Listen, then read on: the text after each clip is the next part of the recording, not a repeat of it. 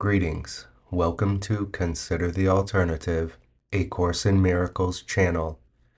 Today we're on lesson 238, On My Decision, All Salvation Rests, and from the text, chapter 29, section 3, God's Witnesses.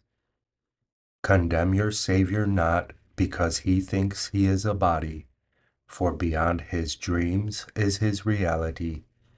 But he must learn he is a Savior first, before he can remember what he is. And he must save who would be saved. On saving you depends his happiness. For who is Savior but the one who gives salvation? Thus he learns it must be his to give. Unless he gives, he will not know he has, for giving is the proof of having. Only those who think that God is lessened by their strength could fail to understand this must be so. For who could give unless he has, and who could lose by giving what must be increased thereby? Think you the Father lost himself when he created you? Was he made weak because he shared his love? Was he made incomplete by your perfection?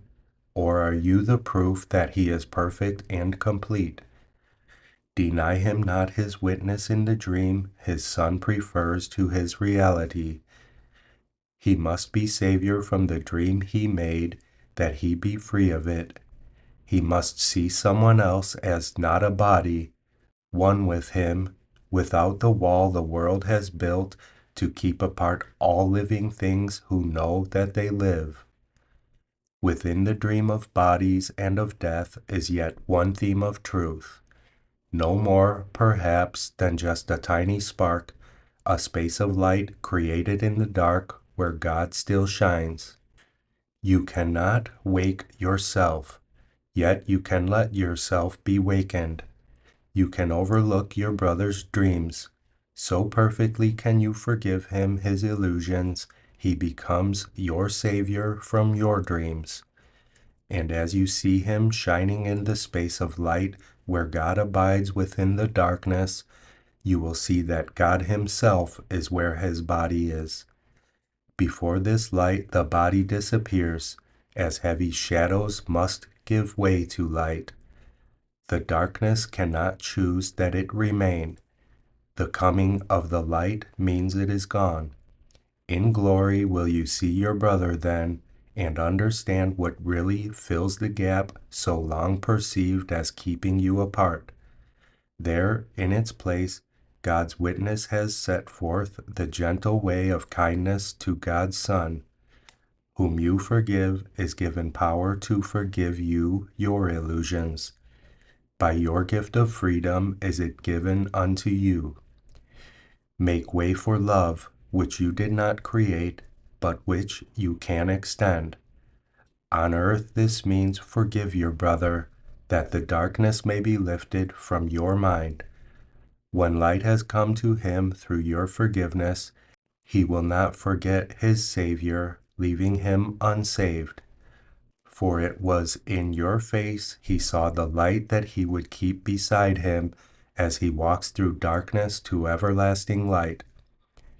How holy are you, that the Son of God can be your Savior in the midst of dreams of desolation and disaster. See how eagerly he comes, and steps aside from heavy shadows that have hidden him, and shines on you in gratitude and love. He is himself, but not himself alone, and as his Father lost not part of him in your creation, so the light in him is brighter still, because you gave your light to him to save him from the dark. And now the light in you must be as bright as shines in him. This is the spark that shines within the dream, that you can help him waken and be sure his waking eyes will rest on you, and in his glad salvation you are saved. Chapter 29, Section 3, God's Witnesses. Lesson 238. On my decision, all salvation rests. Father, your trust in me has been so great, I must be worthy. You created me and know me as I am, and yet you placed your Son's salvation in my hands and let it rest on my decision. I must be beloved of you indeed, and I must be steadfast in holiness as well, that you would give your Son to me, in certainty that he is safe who still is part of you, and yet is mine because he is myself. And so again today we pause to think how much our Father loves us, and how dear his Son, created by his love, remains to him whose love is made complete in him. Lesson 238. On my decision, all salvation rests.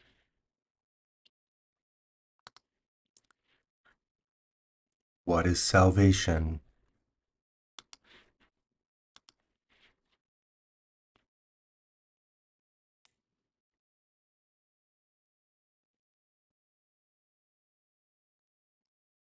I love you. I'll see you tomorrow.